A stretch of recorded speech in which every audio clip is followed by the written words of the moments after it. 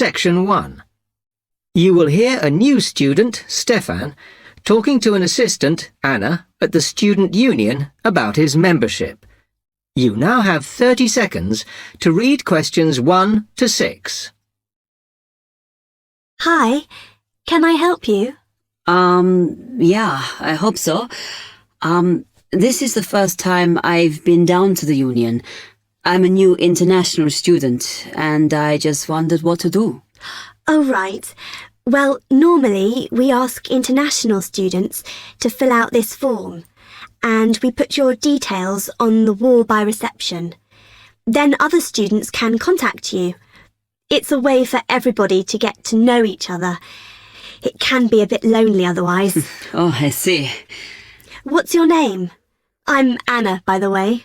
It's Stefan Ungar. OK, well, just write that there, next to name, and then fill in the rest.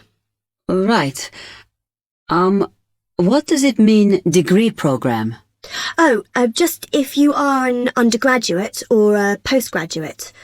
Or maybe you're just here for a short course? I'm a postgraduate. Do I need to say what in? Not really. It's too much detail. But you should put your department, so people who have the same interests or problems as you can get in touch. So I'm studying marine construction, so for department, do I put down the science faculty then? Just your actual department. That must be engineering, no? Oh, I see, yes. Then if you list what you like doing in your free time, not that we ever get any when we're studying, and maybe you can meet up with someone socially, or to join a club or something. Well, I like lots of things. Shall I just list them? My advice is to just put 1 or 2, like football and films or whatever. Otherwise you'll get so many invitations, you won't get any time to work. Okay.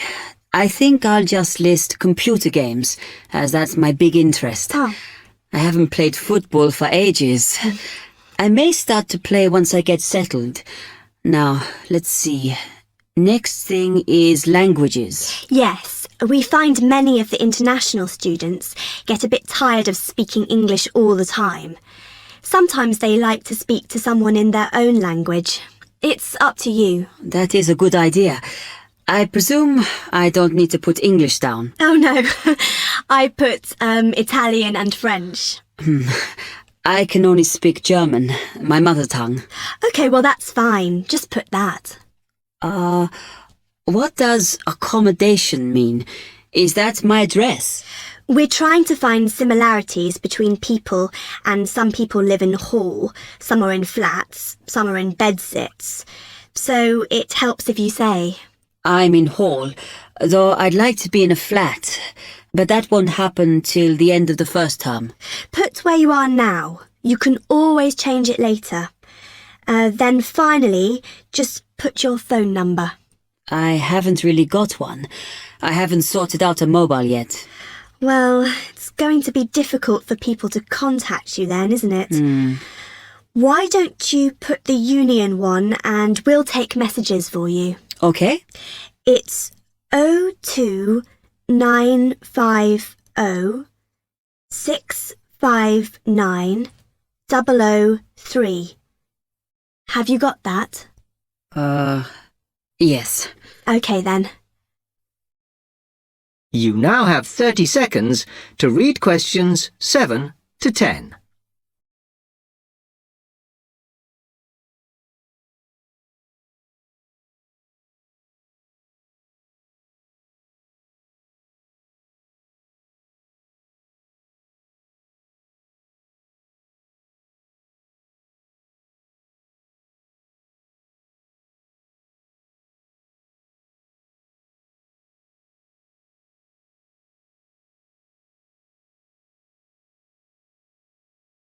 Oh, I had a couple more questions about the services you've got here.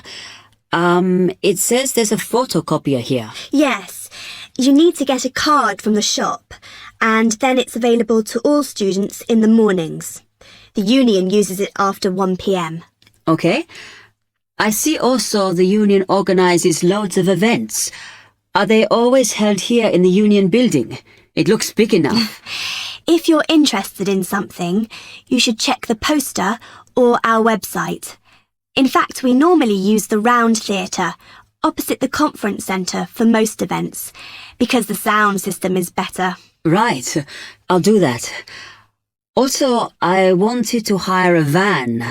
Can I do that through you? No. You need to present a case, really. They're not just available for hire to anyone.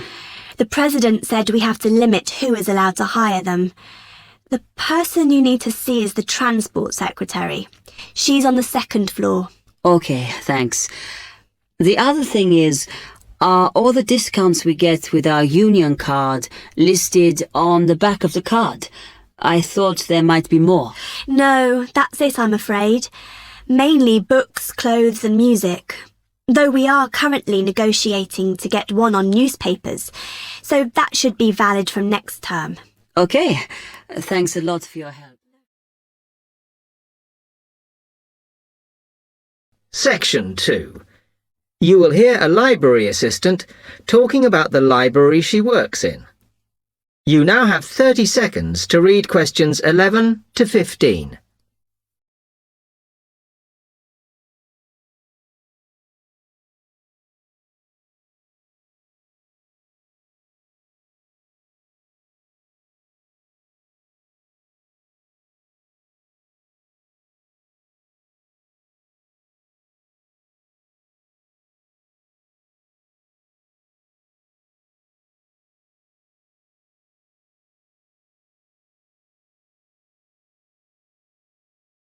Hi, can I help you?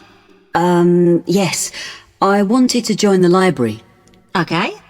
First of all, let me show you around the library and explain a few things for you. Okay, now we're here at the main entrance. You can see the reception, which is where you bring back and take out books. And also, we can order books and answer your questions there.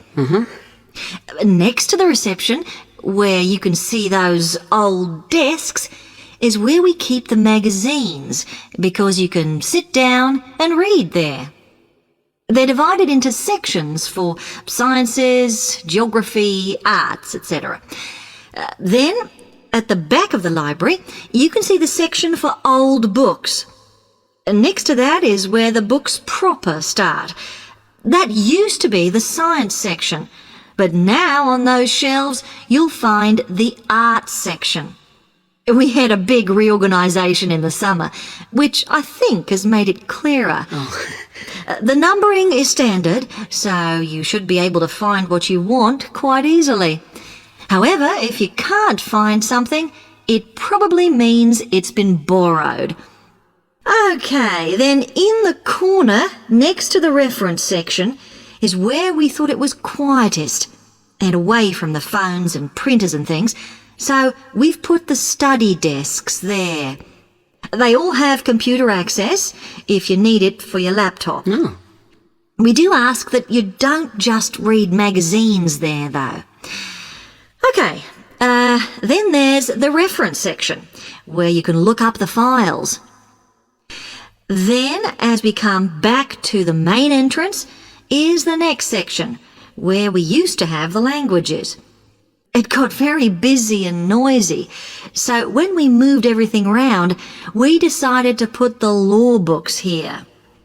Also, because it's a smaller section, it fits quite well here. Okay then, we're back at the main entrance. Over there, by reception, there's a door that goes to the extension. And we have further sections, such as languages and study desks through there. So you could have a look round when we've finished. Then, just between reception and the door here, is where we decided to put the computers. But the computer magazines are in the magazine section, as we found too many went missing here. Okay, is that everything? You now have 30 seconds to read questions 16 to 20.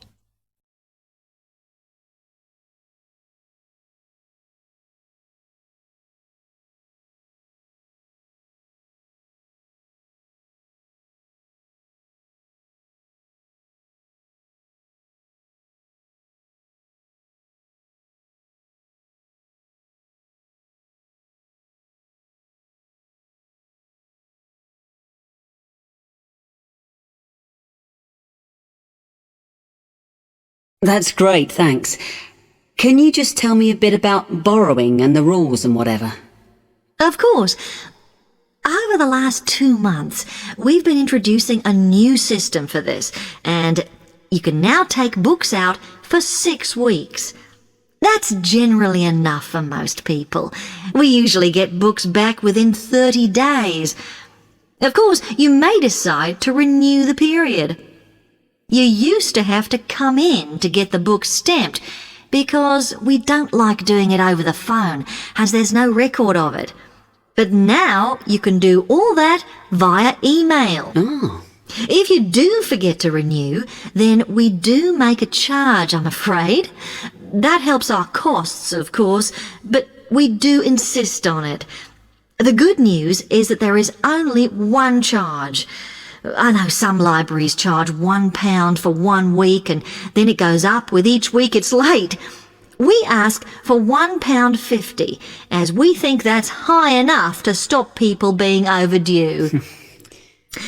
The other thing you may want to know is what you do about books that are not on the shelves. We do have a system for reserving them.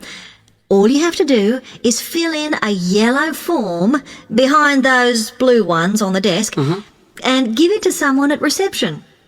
We'll let you know when it comes in. Also, sometimes you will need a journal article that we don't have but can get from other libraries. So we offer an ordering service if you need it. Now, if you'd like to fill in this form here... Section 3. You will hear 2 students, Ramil and Kirsten, discussing presenting a paper at an architecture conference. You now have 30 seconds to read questions 21 to 28.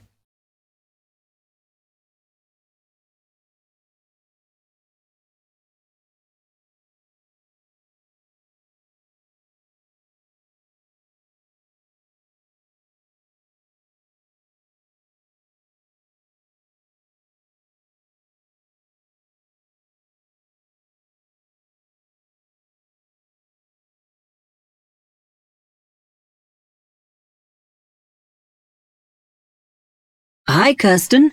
Have you heard about that architecture conference in Oxford at the end of the year? Yeah, I saw the leaflet on the notice board. As it's my final year, I ought to try giving a paper, but I've got no idea how to go about it. Oh, I think you should go for it. I did one last year. It's quite straightforward. First of all, you need to see what the conference themes are. You know, what topics they are covering. You can do that by looking it up on the website. You need to submit a paper that falls into one of the categories they give you. Oh, that may give me some ideas. Then, while you're doing that, you should also have a look at the information on how to submit your paper. The rules, if you like, such as the length. It's important you follow those. I see. And then I suppose the next stage is to start writing it up. I'd like to use it as an opportunity to propose some future work, but I understand it must be based on current work. Still, there's plenty to choose from. It makes sense to do something that I'm more familiar with. Yes, and the other thing is, when you've written it up, then go back and look at your data carefully and make certain that you've presented it in a format that is standard for your subject. Remember, people have to absorb information very quickly while they're listening. Don't make it too complicated. Okay, well, I reckon that'll take me about a month to get that sorted. Then the next thing I have to do, I guess, before I send it off to the conference organizer, is give the whole thing to the events officer, so that he can look through it and see if it all makes sense and is okay. Yeah. Remember to warn him that it's en route, so he can fit it into his schedule. Oh. Then you're done, really. All you have to do after that is to go through it and sort out any changes you need to make. Then finally, you can submit it. You can do that online. Phew, good.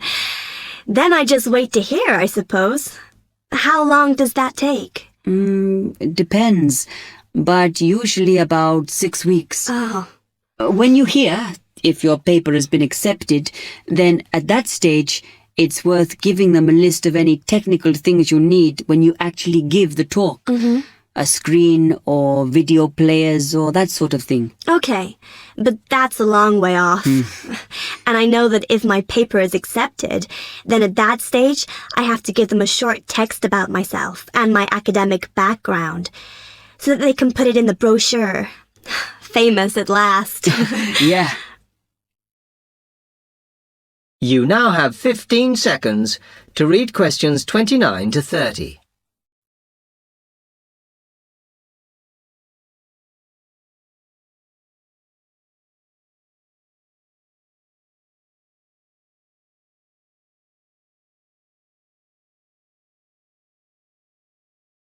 Right, well, I've got to get a couple of things sorted if I'm going to get this paper completed.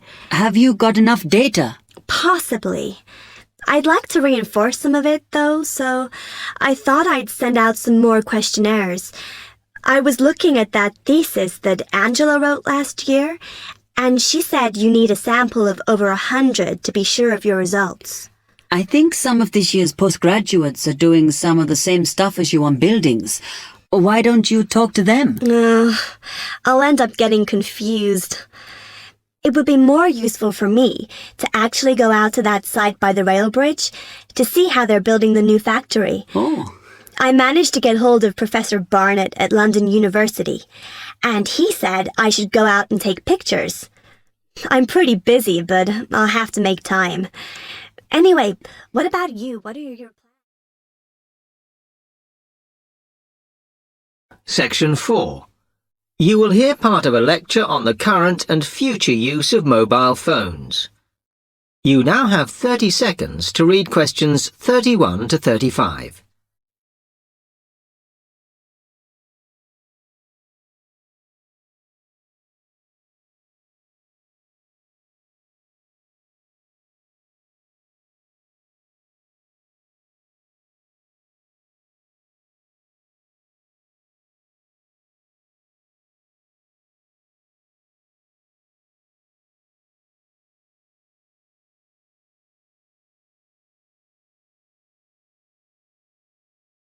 Okay, now today we're looking at changes in communication, and specifically changes that have just happened or are likely to happen in the next few years. Key to this is the mobile phone, which is increasingly being seen as an all-purpose system rather than just a phone. If you only use your phone for texting and making calls now, you will be amazed at how you'll be using it in the future.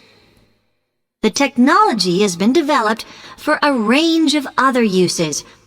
For example, phones could be used so that if you are meeting someone and they get lost, you could send them a map of your location to help them. This will save all those complicated explanations over the phone and our poor friends or colleagues trying to drive and find out where they are at the same time. And if you get bored waiting, or if you're traveling, for example, you will soon be able to see TV news on your phone as it is actually being broadcast. This means that you won't have to miss any of your favorites if you were away for a few days.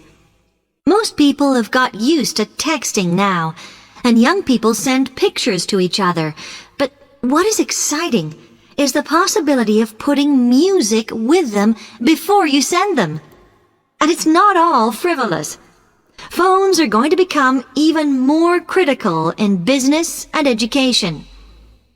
Some recent developments have a highly practical usage. So, for example, as lecturers, we will be able to send everybody a text to let them know if lectures have been cancelled. And the new phones could have a further use in education, as well as business, as they will enable us to go to any destination, such as when we are doing a field trip, for instance, and from there to send data directly to a computer so that we can access it when we get home. This means we will no longer be limited by what the phone can store. You now have 30 seconds to read questions 36 to 40.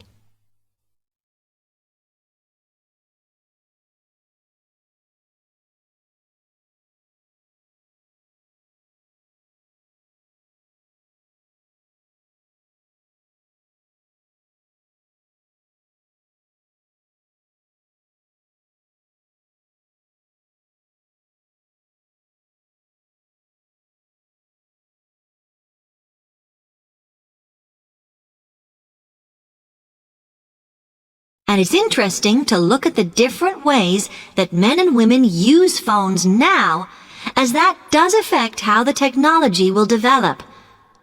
Some research has been done on how people use phones, and some of the results are surprising. One of the increasing usages of mobile phones is to get all sorts of data, such as phone numbers, the weather, train times, etc. And while there's been an attempt to set up connections with things that women might be interested in accessing, it is overwhelmingly men who do this. But what about the traditional use of a phone? To speak to people? I suppose we would predict that it is mainly women who use phones as a method of contact for friends and family, but, in fact, the genders exploit this facility equally. I've spoken about the increased business usages that phones will offer, and I suppose we would associate this usage with men. The survey picked up, though, that women are often working from home or catching up with work in the evenings, so they use phones in this way as much as men do. Most of us are aware we can store photos on our phones. It's an ideal method of capturing a moment wherever you are. Women tend to be the group that keep photos on their phones, but it seems that men use their phones to actually take pictures much more than women do. And of course, all this knowledge affects the marketing that the companies will do in order to sell them.